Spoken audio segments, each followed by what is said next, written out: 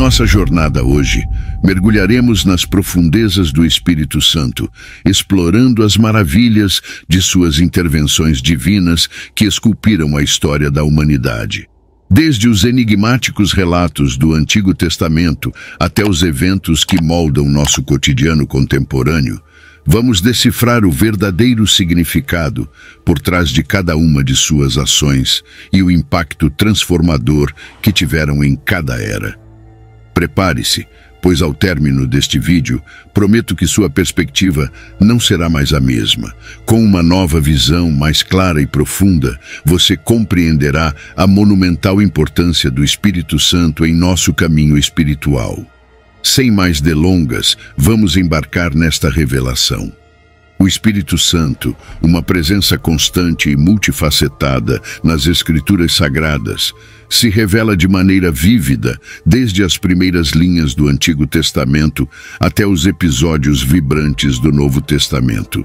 Ele é descrito através de uma miríade de expressões, cada uma iluminando diferentes facetas de sua natureza divina e poderosa atuação. Ainda no início de tudo, no livro de Gênesis, encontramos o Espírito de Deus em ação, pairando sobre as águas tumultuadas do caos primordial, sinalizando uma presença ativa e vigorosa desde os primeiros alvores da criação. Esta cena é mais do que um simples prelúdio.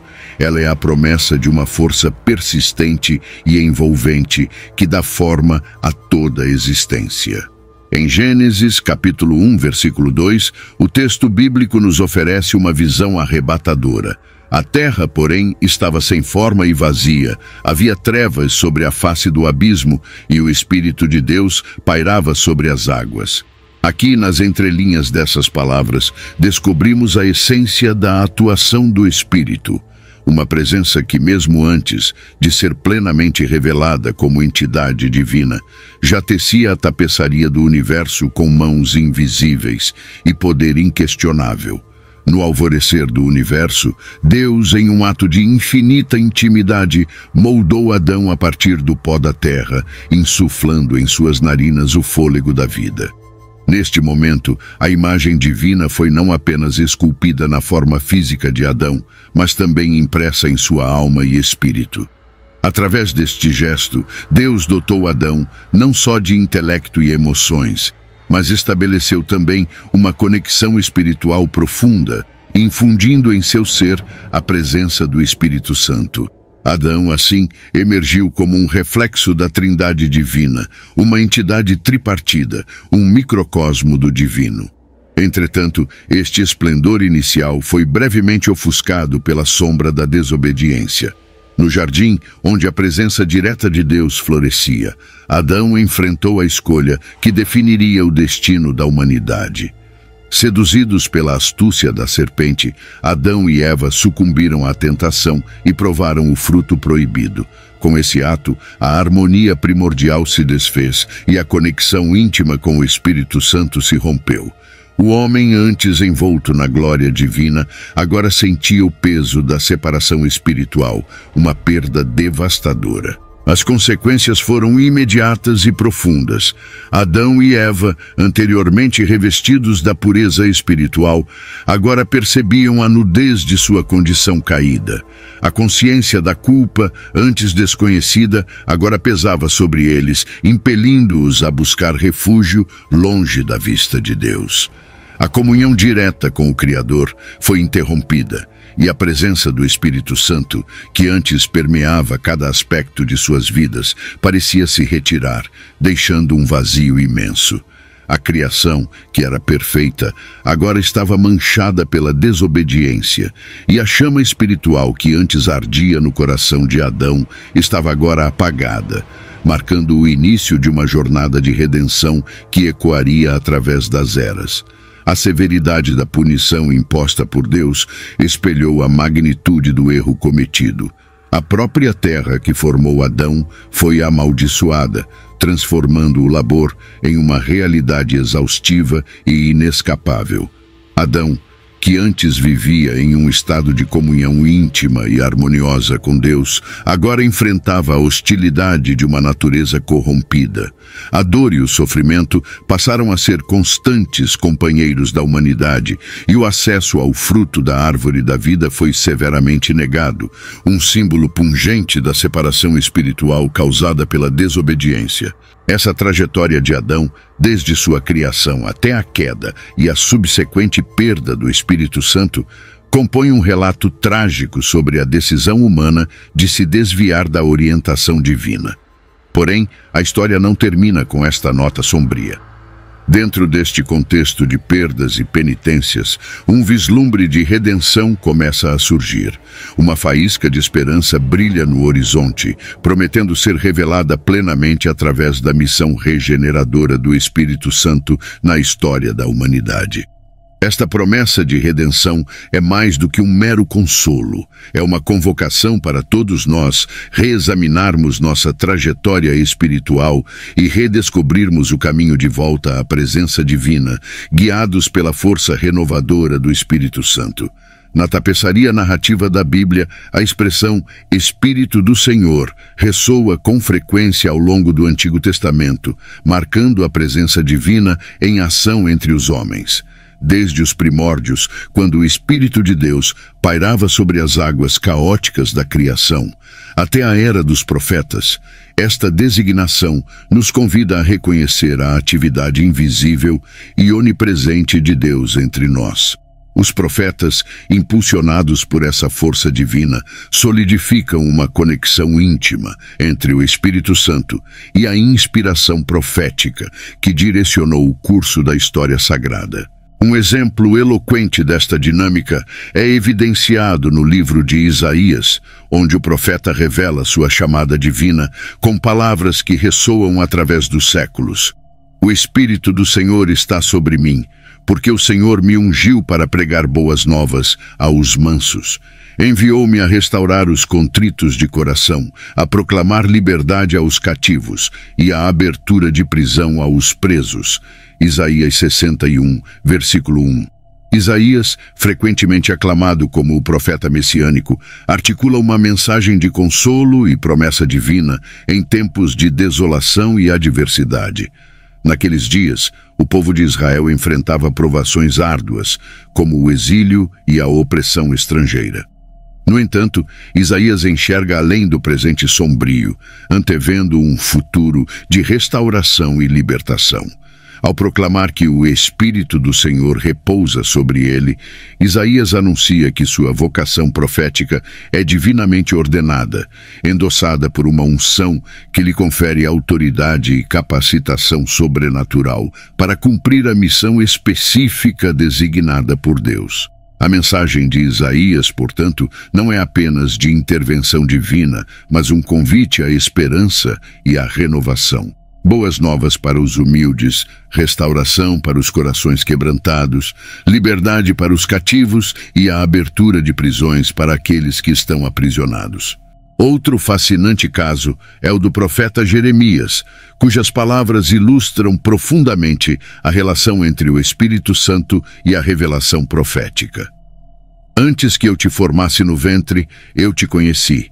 E antes que saísses da madre, te consagrei e te constituí profeta às nações. Jeremias 1, versículo 5. Esse chamado ocorre no início do livro de Jeremias, num momento em que o profeta ainda é jovem e inexperiente, confrontado com uma missão de magnitude inimaginável: ser um profeta para as nações. Inicialmente, Jeremias responde com uma percepção aguda de sua própria inadequação e juventude, expressando dúvidas sobre sua capacidade de assumir tal encargo. Em resposta, Deus não apenas reassura Jeremias, mas revela a profundidade de sua soberania sobre a vida do profeta. Deus enfatiza que sua relação com Jeremias não começou no nascimento ou mesmo na concepção, mas em um plano divino pré-estabelecido. A consagração de Jeremias como profeta antes mesmo de seu nascimento físico, ilustra não apenas um conhecimento divino, mas uma ordenação divina, destacando a intervenção do Espírito Santo desde o início de sua existência. Esta revelação sugere que a inspiração de Jeremias não era um evento isolado, mas um chamado divino que permeava toda a sua vida, um destino entrelaçado com a presença contínua do Espírito Santo. Da mesma forma, a expressão Espírito de Deus, que aparece repetidamente ao longo do Antigo Testamento, reforça a natureza divina e a santidade inerente ao Espírito Santo, sinalizando sua presença constante e ativa na história da humanidade. Deus, sendo o único verdadeiramente santo, revela-se de maneira incisiva e muitas vezes misteriosa por meio de seu Espírito, atuando na vida dos homens. Esta presença nos convida a reconhecer o caráter transcendental do Espírito Santo, cuja operação escapa à compreensão humana, ungindo, batizando e fazendo morada nos corações.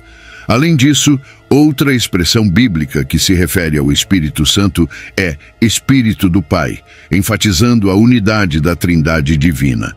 O Espírito Santo, como manifestação direta da natureza do Pai, está intrinsecamente ligado ao plano eterno de redenção da humanidade. Esta expressão destaca a distinção e a harmonia entre o Pai, o Filho e o Espírito Santo, revelando um propósito comum na missão invisível de regeneração.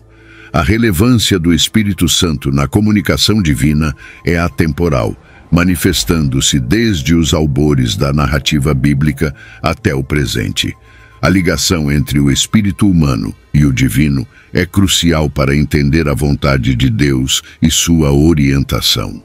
A habilidade do espírito humano de se alinhar com o divino é essencial para a comunhão com Deus.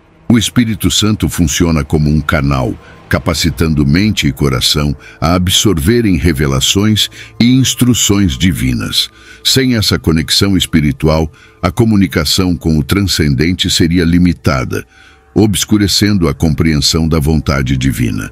No entanto, é crucial reconhecer que, devido à desobediência de Adão, a relação íntima com o Espírito Santo foi interrompida, necessitando uma intervenção específica de Deus para que sua presença pudesse continuar a influenciar e moldar o curso da história humana. Ao longo do Antigo Testamento, o Espírito Santo manifesta-se de maneiras extraordinárias, não apenas designando e movendo profetas, mas também capacitando líderes para grandes feitos. A história de Moisés serve como um exemplo vívido da crucialidade do Espírito Santo na comunicação com Deus. Quando Deus chamou Moisés através da sarça ardente, a influência do Espírito Santo já permeava esse momento sagrado. Diante do arbusto em chamas que não se consumia, Moisés recebeu a instrução divina de remover suas sandálias, pois o solo em que estava era santo. Neste encontro transcendental, Deus desdobrou seu plano para libertar os israelitas da escravidão egípcia. Confrontado com sua própria percepção de limitação, Moisés questionou sua capacidade para assumir tal empreitada monumental. No entanto, frente à hesitação de Moisés, Deus ofereceu uma garantia de sua presença inabalável, dizendo: "Eu serei contigo, e este será o sinal de que eu te enviei. Quando houveres tirado o povo do Egito, servireis a Deus neste monte." Êxodo 3, versículo 12. Aqui, a promessa de Deus de uma presença constante do Espírito Santo é clara, capacitando Moisés para liderar esta missão de libertação. À medida que a narrativa progride, observamos o Espírito Santo atuando poderosamente em Moisés durante seus confrontos com o faraó, onde Deus manifestou sua soberania através dos sinais e maravilhas realizados por Moisés. Em momentos críticos, como a passagem pelo Mar Vermelho, o Espírito do Senhor estava visivelmente presente, abrindo um caminho miraculoso para a libertação dos israelitas, reafirmando o poder e a promessa do Espírito Santo na condução e proteção do povo escolhido. O ápice do relacionamento íntimo entre Moisés e o Espírito Santo ocorreu durante a entrega dos 10 mandamentos. Moisés subiu ao Monte Sinai, onde permaneceu por 40 dias e 40 noites em comunhão direta com Deus. Quando desceu do monte, seu rosto brilhava com tal intensidade que o povo se atemorizou diante da manifestação da glória divina. Sem o Espírito Santo, a tarefa monumental de conduzir uma nação inteira à liberdade teria sido uma missão impossível. De maneira semelhante, a história prossegue com a trajetória de Josué, sucessor de Moisés. Esta é outra narrativa rica que destaca a atuação notável do Espírito Santo na liderança e orientação divina do povo de Israel após a morte de Moisés. Deus escolheu Josué para conduzir os israelitas à terra prometida, uma missão repleta de enormes desafios e responsabilidades. O mesmo Espírito Santo que repousava sobre Moisés foi transmitido a Josué, continuando essa dinâmica relação entre Deus e seus líderes escolhidos. Antes de adentrar a terra prometida, Josué recebeu uma promessa inconfundível da presença divina. Deus assegurou a ele: ninguém te poderá resistir todos os dias da tua vida. Assim como estive com Moisés, assim estarei contigo. Não te deixarei, nem te desampararei. Josué 1, versículo 5. Essa promessa não era apenas uma expressão de encorajamento, mas uma garantia da atuação constante do Espírito Santo na vida de Josué, assegurando que, assim como Moisés, ele não estaria sozinho em sua missão. A preparação para a conquista de Canaã foi marcada por momentos cruciais de comunhão entre Josué e Deus, nos quais o Espírito Santo desempenhou um papel fundamental, capacitando e dirigindo cada passo. O episódio da tomada de Jericó ilustra com clareza a cooperação entre Josué e o Espírito Santo diante de um desafio formidável: as imponentes muralhas da cidade. Antes do cerco a Jericó, Josué teve um encontro significativo com o comandante do exército do Senhor, uma manifestação do próprio Deus. Esse encontro sobrenatural enfatizou a santidade da missão e estabeleceu a estratégia divina para a conquista. De acordo com as instruções recebidas, a tática para derrubar Jericó envolvia uma série de ações que desafiavam a lógica militar tradicional. Durante 6 dias consecutivos, os sacerdotes, carregando a Arca da Aliança, o símbolo da presença divina, e acompanhados por 7 sacerdotes tocando trombetas feitas de chifres de carneiro, circundavam a cidade uma vez ao dia em completo silêncio. Este ritual, repetido diariamente, culminou no 7º dia com uma escalada dramática. Josué, seguindo as instruções divinas, comandou o povo a dar 7 voltas ao redor de Jericó. No final da 7ª volta, ao som das trombetas, todos deveriam emitir um potente grito de guerra. O resultado dessa ação conjunta foi um milagre impressionante. As muralhas de Jericó ruíram e caíram completamente, permitindo aos israelitas conquistar a cidade. Esse evento não apenas demonstrou a força dos israelitas, mas revelou de forma inequívoca a intervenção sobrenatural do Espírito Santo, validando a estratégia divina e reafirmando o poder do compromisso de Deus com seu povo. Essa estratégia para conquistar Jericó não se apoiava na força militar, mas sim na confiança na condução do Espírito Santo. Assim, a história da tomada de Jericó destaca-se como um testemunho poderoso da intervenção divina na história de Israel, demonstrando que a liderança humana, quando alinhada com a vontade de Deus, pode alcançar feitos que transcendem a compreensão humana. Outro relato inspirador na narrativa bíblica é a história de Gideão, que ilustra a atuação extraordinária do Espírito Santo na vida de um líder escolhido por Deus para libertar os israelitas da opressão dos midianitas. A saga de Gideão inicia-se de maneira humilde, enquanto ele malhava trigo em um lagar, escondendo-se dos inimigos. Neste cenário, um anjo do Senhor apareceu e saudou Gideão como valente guerreiro. uma saudação que parecia deslocada diante das adversidades que os israelitas enfrentavam naquele momento. Diante de tal chamado, Gideão expressou suas dúvidas e questionou como poderia liderar Israel, dada sua própria percebida fraqueza e as circunstâncias desfavoráveis. Em resposta, o anjo assegurou-lhe que o Senhor estaria com ele e que derrotaria os midianitas como se fossem um só homem. Essa garantia não era apenas uma promessa de vitória, mas também uma afirmação da presença e do compromisso do Espírito Santo, que estavam intrinsecamente ligados ao chamado de Gideão para liderar Israel à vitória. O Espírito Santo manifestou-se de maneira única e poderosa na vida de Gideão, especialmente quando ele pediu sinais para confirmar a vontade divina. Primeiramente, Gideão solicitou ao anjo que esperasse enquanto ele preparava uma oferta, um gesto que refletia sua busca por uma confirmação divina, um sinal tangível de aceitação. Quando Gideão apresentou a oferta, o anjo do Senhor estendeu a vara que tinha em sua mão e tocou a carne e os pães ázimos preparados por Gideão. Imediatamente, um fogo irrompeu da rocha, consumindo a oferta. Esse evento extraordinário foi um claro sinal de que Deus aceitara a oferta de Gideão e estava presente em seu chamado. Ainda buscando assegurar-se da vontade divina, Gideão solicitou outro sinal, desta vez inverso. Ele pediu que na manhã seguinte o solo ao redor da lã que ele colocara no chão estivesse coberto de orvalho, enquanto a lã permanecesse seca. Deus, graciosa e pacientemente, atendeu a esse pedido específico, confirmando mais uma vez sua vontade através de um sinal miraculoso. Esses sinais não apenas fortaleceram a fé de Gideão, mas também evidenciaram a interação única entre o divino e o humano. Esses eventos marcantes prepararam o terreno para os acontecimentos subsequentes, nos quais Gideão lideraria os israelitas com uma confiança renovada no poder divino proporcionado pelo Espírito Santo.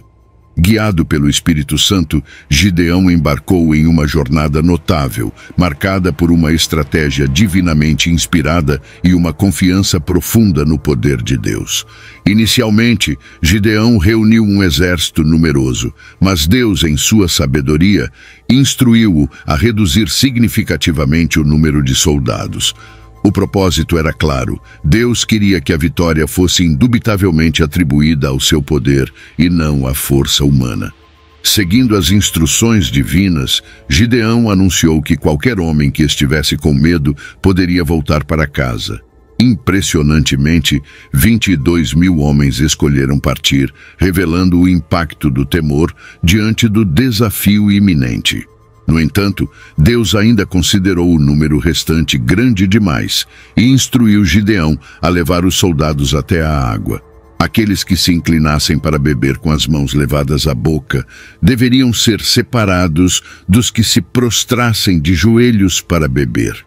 Surpreendentemente, apenas 300 homens beberam da maneira designada por Deus, demonstrando que esses soldados estavam alertas e prontos para a batalha. Deus então disse a Gideão que com esses 300 homens ele daria a vitória sobre os midianitas. O Espírito Santo capacitou Gideão e seus homens para uma vitória surpreendente. Armados com tochas, cântaros e trombetas, eles seguiram as instruções divinas para cercar o acampamento inimigo durante a noite. No momento certo, ao som das trombetas e ao quebrar dos cântaros, o Espírito Santo trouxe confusão e pânico aos midianitas, que se voltaram uns contra os outros. A vitória foi assegurada para Gideão e seu exército reduzido, demonstrando claramente a intervenção divina e o poder do Espírito Santo em ação. Esta história não só ressalta a obediência de Gideão às instruções divinas, mas também a capacitação extraordinária proporcionada pelo Espírito Santo. A estratégia singular e a vitória impressionante ilustram claramente a intervenção divina na história de Israel. Esses exemplos destacam a necessidade imperativa do Espírito Santo na comunicação entre a humanidade e Deus. O elo espiritual estabelecido e reforçado pelo divino é essencial para a compreensão da vontade divina, a interpretação de propósitos e a orientação nos caminhos da vida. Essa comunicação íntima, facilitada pelo Espírito Santo, é um testemunho contínuo da graça de Deus e de sua disposição em se relacionar de maneira pessoal com seu povo. A transição do Antigo para o Novo Testamento marca um momento fascinante na história da redenção, especialmente no que diz respeito à presença e atuação do Espírito Santo. No nascimento de Jesus, encontramos a extraordinária história da concepção virginal de Maria. O anjo Gabriel apareceu a Maria, anunciando que ela conceberia um filho pelo Espírito Santo, sem intervenção humana. Essa concepção miraculosa destacou não apenas a divindade de Jesus, mas também a ação direta do Espírito Santo na obra redentora de Deus. O Espírito Santo desceu sobre Maria, tornando possível o nascimento do Salvador prometido. Durante a gravidez de Maria, a presença do Espírito Santo foi evidente. O relato bíblico destaca a visita de Maria à sua prima Isabel, que estava grávida de João Batista. Quando Maria saudou Isabel, o bebê João saltou no ventre de sua mãe, e Isabel, cheia do Espírito Santo, reconheceu a bênção especial de Maria como mãe do Senhor. Ao ouvir a saudação de Maria, o bebê saltou no seu ventre, e Isabel ficou cheia do Espírito Santo. Em alta voz exclamou: "Bendita é você entre as mulheres, e bendito é o filho que você dará à luz." Lucas 1, versículos 41 e 42. Mais adiante, durante o batismo de Jesus, observamos outra intervenção significativa do Espírito Santo. Embora isento de pecado, Jesus escolheu ser batizado para cumprir integralmente os preceitos da justiça divina. À medida que Jesus subia das águas do batismo, os céus se partiam e o Espírito Santo, em forma de pomba, pousou sobre ele. Ao mesmo tempo, uma voz celeste proclamava: "Este é o meu Filho amado, em quem me agrado." Mateus 3, versículo 17. Esse evento não apenas marca o início do ministério público de Jesus, mas também representa vividamente a Trindade em atuação.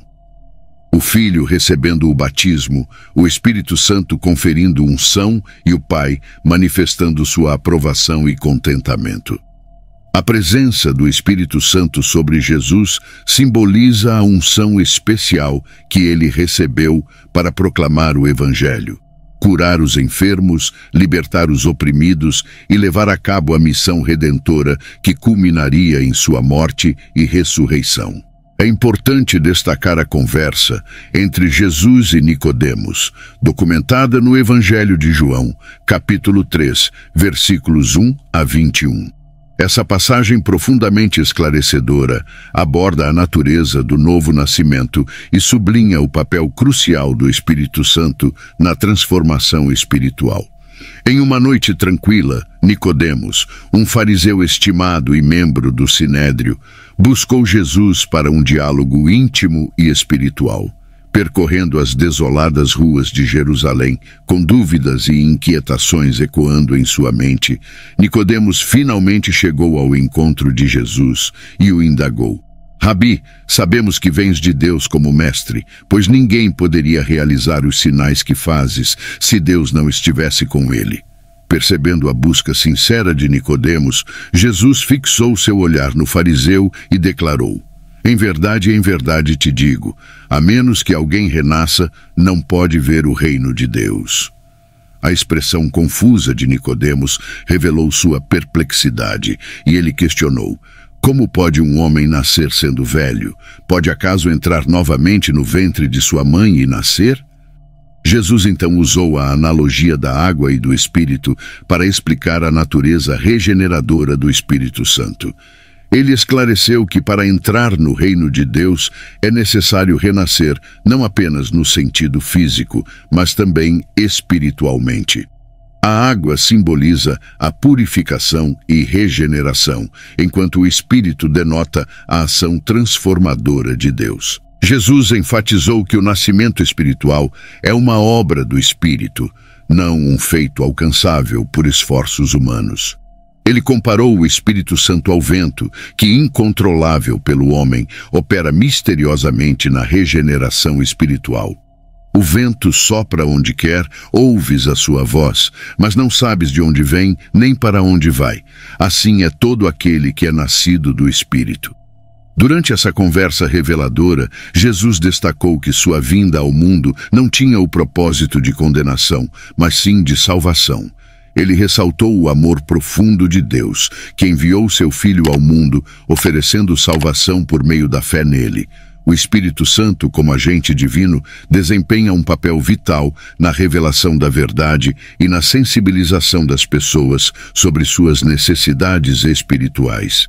Mais tarde, antes de sua ascensão, Jesus fez uma promessa que ecoaria através dos séculos, trazendo consolo e esperança ao coração de seus discípulos: a vinda do Consolador, o Espírito Santo. Essa promessa foi feita nos momentos finais de sua jornada terrena, durante a última ceia.